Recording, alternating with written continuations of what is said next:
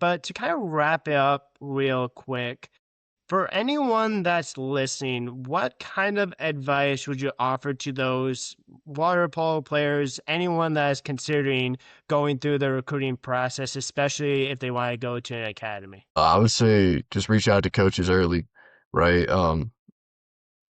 The quicker you can get on their radar, the better, and get your stuff, your application stuff done as quick as you can too, right? Yeah, Show that initiative that to the coach, hey, I want to play. I'm getting my stuff done. I got my medical exam done. I got my appointment interview done. So I'm just waiting on that. Do whatever you can to on that side, on the prep work side, and then go yeah, be the best athlete you can, right? You got to have both. You can't only have one because if you're super prepped but you're a bad athlete, you're not going to play. yeah, And if you're a really good athlete but you don't get your stuff done and you don't turn them in, it's going to be a lot harder for you to get to the academy in the first place. yeah. So you gotta do both. You gotta burn out both ends for that, being both prepared and showing that you're doing what you're supposed to be doing, and then also taking care of your stuff on the field or on the court, whatever you're doing to be the best athlete you can. And also doing well in school probably helps a little bit with that Yeah, because it's not 100%. easy. You gotta take care. You gotta take care of your school stuff too, right? Yeah. So that's another big part. Yeah, but it kind of has to be cool for you a little bit like a full circle moment kind of playing water polo at Air Force. It's something that you're going to go seem like you're going to go to Air Force anyways. And now you've been playing water polo for the last 2 years and you're going to continue to play it for the next 2 years.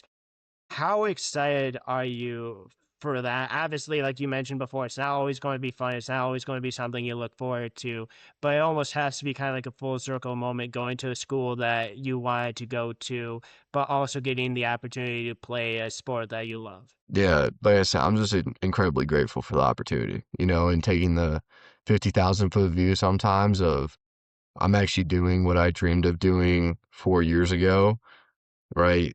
That we often get tunnel vision on what we're doing right now and Yeah. how, oh, I don't want to do this thing. I don't want to take this test. And, I also got practice and I got training this weekend. Sometimes being able to step back and take that viewpoint of, man, 4 years ago, 16-year-old me, 15-year-old me, this is exactly what he wanted to be doing.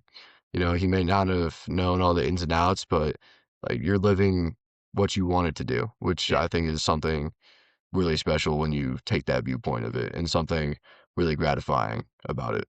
If you had the opportunity to talk to like your 15, 16-year-old self and just kind of had to explain your journey or just kind of explain what the last few years have been and just kind of the process and just how much you've changed as an individual, what would you tell yourself about everything you've been through? I would just say, just keep rolling with the punches. I mean, you expect one thing, and the quicker you're going to be able to adjust to that thing not happening or a different path being taken.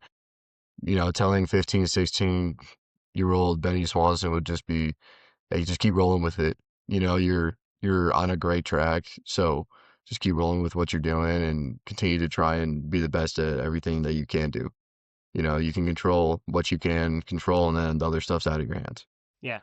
And that's going to be for the rest of your life as well, right? Like everyone has to roll with the punches. You are to experience things that are going to be difficult. You're going to experience change. But one thing that I do know is that you got a couple of years left at Air Force. After Air Force, obviously you'll be joining the Air Force, serving for 5, 10 years, kind of depending on the job that you're going to do. And then whatever you do, you're going to be extremely successful at it. So I really truly wish you the best of luck for these next upcoming years. In water polo, you're also your years coming up as well in the military. I know you're going to do great things. I really appreciate you taking your time to join to talk a little bit about it today. Yeah, thanks, Zach, for reaching out and inviting me on the podcast. Just want to give a shout out to my family, right?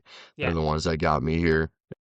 My high school coaches, all my high school teammates, and then now Coach Brown, Coach Huckins, Coach McKee, Coach Brett Fogelberg, and all the teammates that I've had here. You guys they've all made this experience and this ride really, really enjoyable. So I just want to thank all of them for that.